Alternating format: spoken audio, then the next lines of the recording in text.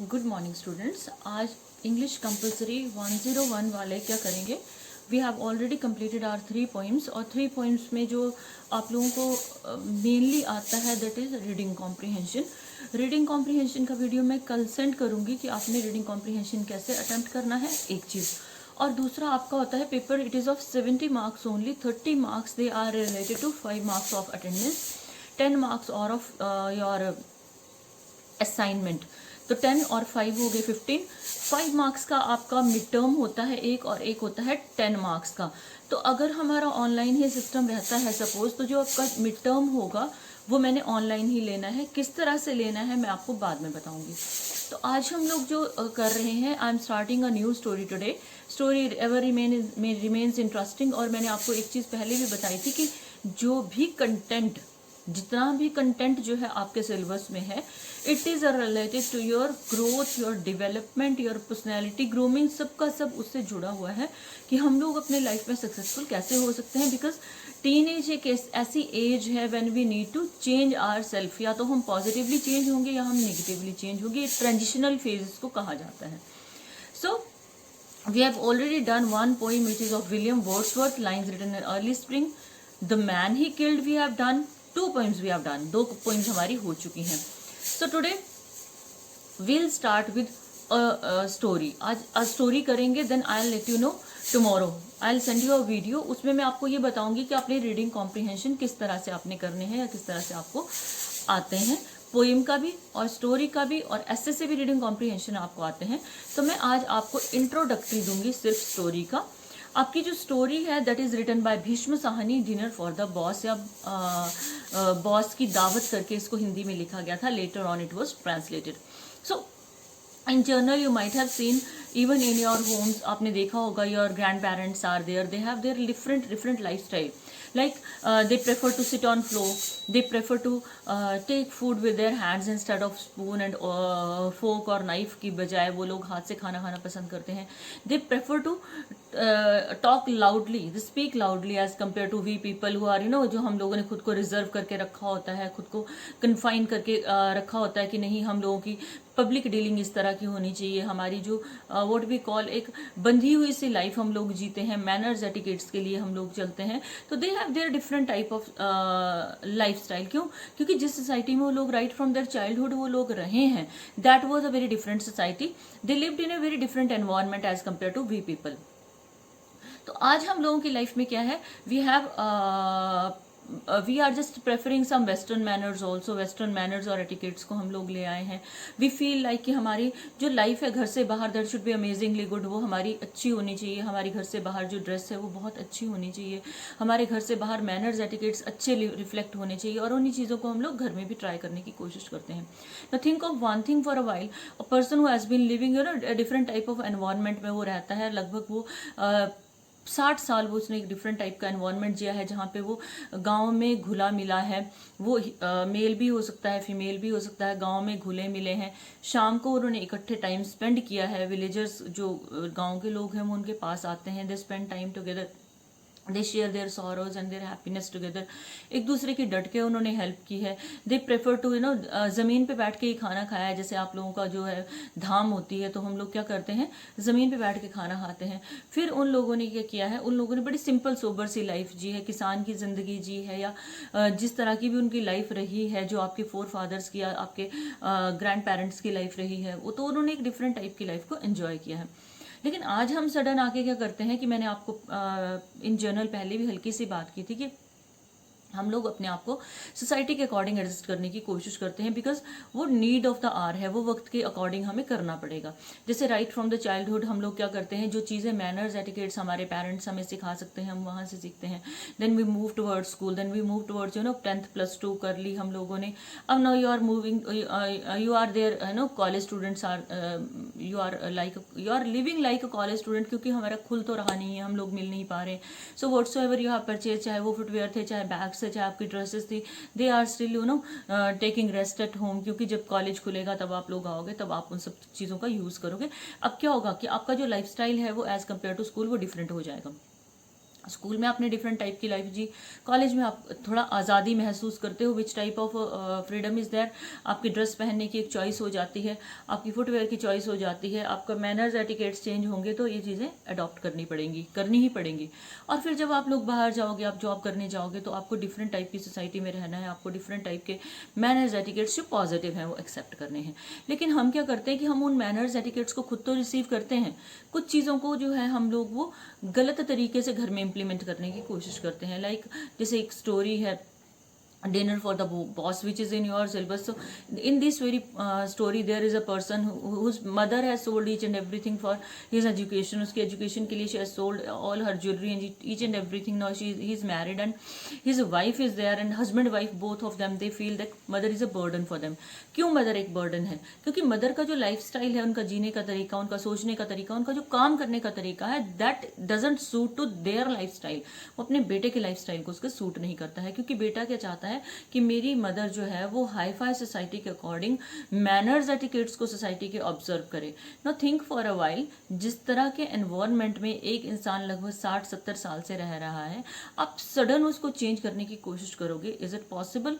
Never, it won't happen, ये हो ही नहीं सकता। तो मदर जो है, what does she feel? She is not assertive, she is very sober, she is very submissive. Instead of asserting herself, अपने आप को assert करने के बजाय, आप लोगों ने घरों में भी देखा होगा कि ग्रैंड पेरेंट्स क्या करते हैं, particularly if only one is there, spouse is dead, उनका जो लाइफ पार्टनर है अगर वो नहीं है तो वो अकेले हैं, what do they do? वो बिल्कुल सबमिसिव हो जाते हैं, वो बिल्कुल जो है सरेंडर कर देते हैं कि ठीक है आप लोगों ने जैसे जीना है आप जियो, हम कुछ भी नहीं कहेंगे। So that thing happens with the lady in this story also. So she is considered as a useless article, उसको मान के वो लोग चलते हैं और अल्टीमेटली डिसाइड कि उसको, उस लेडी को जो है कहाँ हाइड करें, जैसे सामान को वो हाइड करना चाह रहे हैं, क्योंकि उनका एक इंग्लिश बॉस, जो अमेरिकन बॉस है, वो कुछ इंडियन लेडीज और जेंट्स के साथ उनके घर विजिट करने आ रहा है। So they just want to show कि उनके घर में each and everything is well managed, well organised and पूरी प्रॉपर तरह से रखी हुई है। हम सभी के घरों में सामान कैसा रहता है, कई बार इरेगुलर सामान हमारे घरों में रहता है। Many things are there which we rarely use, जिसको हम रेयरली यूज करते हैं, बहुत कम वो चीज़ निकलती है। लेकिन जब कोई आने वाला होता है तो व्हाट हैपन्स, पर्टिकुलर टाइप की सफाई होगी और बहुत सी चीज़ें जो हैं they will be hidden under bed, they will be hidden behind the cupboard, और उनको हम छुपा देते हैं। तो उसी तरह से वो बूढ़ी लेडी को छुपाना चाहता है, बट इट्स नॉट पॉसिबल। वो लेडी को कहीं भेजना भी नहीं चाहते हैं, because if they will send her, उस बूढ़ी बुजुर्ग औरत को अपने नेबर के पास भेजेंगे तो नेबर में जो बूढ़ी औरत है, जो माँ की फ्रेंड है, she will start visiting their place. उनको बहुत दे फील इट, ना, they find it very uncomfortable. So they plan की मदर को एक पर्टिकुलर सिस्टम दे देते हैं कि व्हेन आवर बॉस वेलकम, तो आप क्या करोगे, इस पर्टिकुलर जगह पे आप बैठोगे, यहाँ से आप अंदर जाओगे, आप ऐसे नहीं सोओगे, आप ऐसे इस तरह से बिहेव नहीं करोगे। Large number of guidelines are given, fine, काफ़ी गाइडलाइंस मदर को वो दे देते हैं। अब जो मदर है वो बेचारी इतनी सोबर है, वो इतनी सबमिसिव है, इतनी डरपोक है कि वो येस करके सब कुछ एक्सेप्ट कर लेती है। यहाँ तक कि मदर की ड्रेस का भी बेटा डिसाइड करता है कि वो क्या पहनेगी, मतलब आपको पूरी तरह से बांध दिया गया है, फील लाइक दैट।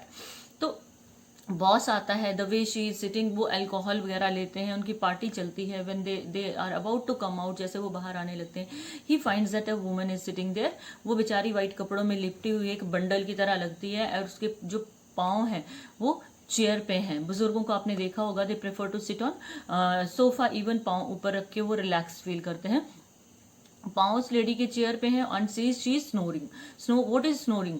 जो खराटे मारते हैं सोए सोए, तो वो स्नोरिंग कर रही है। When she find that her son is there in front of her, she feels confused, वो कंफ्यूज होकर खड़ी हो जाती है। Now the American boss tries to talk to her. एक चीज़ याद रखना कि जो अमेरिकन लाइफस्टाइल है उसमें वैल्यू ऑफ पेरेंट्स जो है it is likely to be zero. वो लोग इंडियन कल्चर में जब आते हैं, इंडिया जब आते हैं, इंडिया की large number of things they like आपकी जो जितनी भी हैंडमेड चीज़ें हैं, जो लोकल प्रोडक्ट्स हैं, उन चीज़ों को वो लोग दे रियली लव दैम। और जो इंडिया का जो फैमिली पैटर्न है दे लाइक दैट। लेकिन अमेरिका में ऐसा फैमिली पैटर्न प्रेवलेंट नहीं है। फॉरेन कंट्रीज में they prefer to their kids are, their children are born, immediately they detach detach them, उनको सेपरेट करके अलग सुलाना शुरू कर देते हैं। अटैचमेंट जो है वो नहीं दिखती है। पेरेंट्स के साथ भी अटैचमेंट उतनी ही है कि आए, खाना वाना खाया और चले गए, क्योंकि जो इंडियन कल्चर में हमारे पेरेंट्स की जो अटैचमेंट है, जो कंसर्न है, it is not in foreign culture. अब आप ही देख रहे होंगे कि आप जैसे लॉकडाउन की वजह से you have been confined to your homes for around about 6 month से आप घर पे हो। Parents remain concern, mother would ask you हाँ क्या बनाना है, फादर वुड आस्क यू पूरा दिन क्या किया, शाम को कुछ ना कुछ time they will spend with you. लेकिन जो अमेरिकन कल्चर है, अमेरिकन लाइफ का जो पैटर्न है, उसमें they have their own life. बच्चे अपनी ज़िंदगी जी रहे हैं, पेरेंट्स अपनी ज़िंदगी जी रहे हैं, उनके अपने गैजेट्स हैं और वो लोग हार्डली कम्युनिकेट करते हैं। तो जो डिप्रेशन है, एलियनेशन है, डिटैचमेंट है, वो फॉरेन कंट्रीज़ में ज़्यादा है as compare to Indian culture. हाँ, हमारे भी कुछ जो लोग हैं they are moving towards this, लेकिन स्टिल जो रूरल इंडिया का जो कल्चर है, जिस पैटर्न में हम लोग रहते हैं, वो दैट इज़ द बेस्ट। क्योंकि बच्चे को वो अटैचमेंट, वो अफेक्शन, वो लव, वो केयर सब कुछ मिल रहा है जो रिक्वायर्ड है। तो पेरेंट्स वही एक्सपेक्ट करते हैं when you grow up. So that very lady she becomes laughing stock. लोग उस पर हंसना शुरू कर देते हैं। जो इंडियन लेडीज हैं they make fun of hers the way she is sitting. Then the son, अब उसका जो बेटा है, जो बूढ़ी औरत का जो बेटा है, वो डज ही डू, वो बॉस इंसिस्ट करता है कि कोई फोक सॉन्ग सुना दो। तो बेचारी बूढ़ी औरत वैसे ही बड़ी सबमिसिव है, डरपोक सी है, she doesn't want to communicate, लेकिन वो बचना चाह रही है, लेकिन बेटा उसको ज़बरदस्ती करता है। तो वो एक फोक सॉन्ग उसको 2-3 लाइन्स सुनाती है। उसके बाद she is asked about Phulkari, एक एम्ब्रॉयडरी का आर्ट है पंजाब में, उसको वो बोलते हैं कि फुलकारी दिखाओ, she shows. Then she is insisted by her son की बॉस के लिए बनाना है, विदाउट कंसिडरिंग कि मदर की एज नहीं है, वो बीमार है, उसकी आंखें वीक हैं। तो she is put in a situation जहां वो जिस तरह से वो जीना नहीं चाहती। Ultimately when it is night, their guests they leave, son comes to the mother's place, बड़े प्यार से माँ को उठाता है, लेकिन उसमें भी सेल्फिशनेस है। देखो, राइट फ्रॉम द बिगिनिंग, जब माँ अगर रेफर कर रही है ना कि बेटा तुम्हारे लिए तो मैंने सब कुछ बेच दिया, तो बच्चे को गुस्सा आता है। उसको क्यों लगता है कि माँ उसे सुना रही है, जबकि माँ सुना नहीं रही है, माँ तो नॉर्मल बात कर रही है। हमारी रिसेप्शन वेरी कर जाती है, हम जो चीज़ों को रिसीव करते हैं वो वेरिएशन हो जाती है। So when the boss leaves, when the guests they leave, तो वो माँ की रूम में जाता है। क्यों जाता है? वो माँ को मेंटली प्रिपेयर करने के लिए जाता है कि अगर आप बॉस के लिए फुलकारी बना दोगे तो मेरी प्रमोशन हो जाएगी। और ये वो चीज़ है जहाँ पे मदर जो है दोबारा शी बोस, वो दोबारा झुक जाती है। शी अग्रीज फॉर एम्ब्रॉयडरी करने के लिए, शी अग्रीज कि मैं फुलकारी बना दूंगी। So same is the case with our parents. ज़्यादातर घरों में क्या होता है कि हम ये चाहते हैं कि हमारे जो ग्रैंड पेरेंट्स हैं वो हमारे अकॉर्डिंग एडजस्ट करें। We are born in a different environment, हमें एक डिफरेंट माहौल मिला है। हमारे पेरेंट्स का माहौल अलग था, हमारे ग्रैंड पेरेंट्स का माहौल अलग था। When they were there they struggled, उन्होंने बहुत ज़्यादा मेहनत की है। हमारे पेरेंट्स को उन्होंने एक बैकग्राउंड दिया, उन्होंने एक अच्छा सा माहौल दिया जो वो दे सकते थे। अब हमारे पेरेंट्स हमें खुद से अच्छा माहौल देने की कोशिश कर रहे हैं और वो दे भी रहे हैं, वो कर भी रहे हैं। तो हम अगर देखें तो हमारे एज गैप में जितना डिफरेंस है ग्रैंड पेरेंट्स के साथ, उस सोसाइटी के बारे में अगर हम सोचें, पर्टिकुलरली जो डीएससी वाले बच्चे हैं वो उस चीज़ को ज़्यादा अच्छी तरह से रिसीव कर पाएंगे कि आज से 60 साल पहले के समाज के बारे में अगर हम सोचते हैं तो किस तरह की सोसाइटी वो रही होगी, किस तरह के थॉट्स रहे होंगे। तो हमारे ग्रैंड पेरेंट्स ने हमारे पेरेंट्स के अकॉर्डिंग और हमारे अकॉर्डिंग खुद को चेंज किया है। Large number of things they have changed in their life big for we people, हम ताकि हमें अच्छा लगे। तो हमें क्या करना है, हमें उन चीज़ों के लिए रिसेप्टिव होना है जो उनकी पॉजिटिव है। Their care is there, their love is there, their affection is there, their concern is there. ये सारी की सारी चीज़ें जो है ना, they are meant for we people, जो हमारी ग्रोथ में हेल्प करेंगी। कल को we'll be put in the same situation. तो इस कंटेक्स्ट में एक छोटी सी स्टोरी आपको बताती हूँ। आई हैव सीन इट, जो मैंने इसमें देखी है, यूट्यूब पे देखी है। It is a story of an old man, एक बूढ़े आदमी की स्टोरी है। He was without his wife, तो वो अकेला रह रहा था अपनी फैमिली के साथ, और एक उसका ग्रैंड सन था। सो जो उसकी जो डॉटर इन लॉ और जो उसका सन था, यानी कि जो बहू और बेटा थे, दे वर नॉट रिसेप्टिव, क्योंकि खाना खाती बार हाथ कांपते थे, कई बार प्लेट्स टूट जाती थी, कई बार स्पून गिर जाता था। तो दे जस्ट इग्नोर्ड हिम। सो उन्होंने क्या किया, जो कोकोनट के शेल होते हैं, बाहर वाला जो हार्ड पोर्शन होता है, जब हाफ करते हैं वाइट जो उसका पोर्शन निकाल के, तो they prefer to give him that. और वो सस्ती सी प्लास्टिक की प्लेट्स ले आए जिससे आवाज़ ना हो और वो टूटे ना। And the son was observing, little grandson was observing each and everything. And one day what happened one day, he was lucky suffering from cough. he was having too much cough at night, and in the morning they planned that let us leave him somewhere in the forest, कि forest में छोड़ आएंगे. So the son made him sit in his jeep में उसको बिठाया, and the little one जो उसका पोता था, he asked where are you going दादू.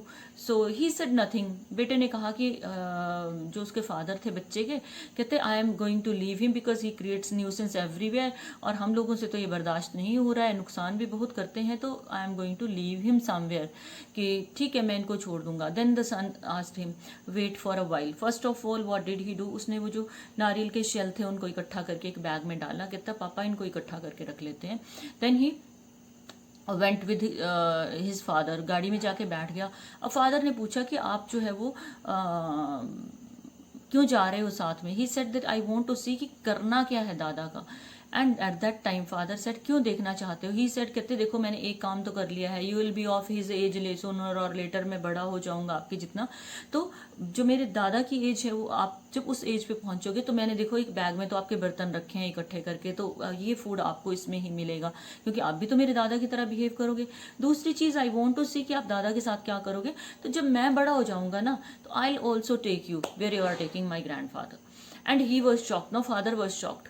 उसको समझ ना आए कि वो क्या करे, बिकॉज उन्होंने ये एक्सपेक्ट नहीं किया था कि बच्चा इतना कीन ऑब्जर्वर हो सकता है, क्योंकि ये रियलिटी है. Whatsoever we are doing with our parents, वो हमारी नेक्स्ट जनरेशन वो सेम वही चीज़ करने वाली है, बिकॉज हमारे बच्चे जो देखते हैं उसी चीज़ को एक्सेप्ट और अडॉप्ट और प्रैक्टिकली वो करके दिखाते हैं. So he felt ashamed and he said that let us be back home. और उसने अपने फादर को उतारा और पूरी रिस्पेक्ट के साथ, पूरी केयर के साथ उन्होंने अपने फादर को फिर अच्छी तरह से उनको लुक आफ्टर किया. So this is the way we have to live our life. हमें क्या करना है, हमें हमारे पेरेंट्स ने व्हेन वी वर स्मॉल हमारी हर वीकनेस के साथ, हमारी हर गलती के साथ हमें एक्सेप्ट किया, स्वीकार किया, हमें सुधारा.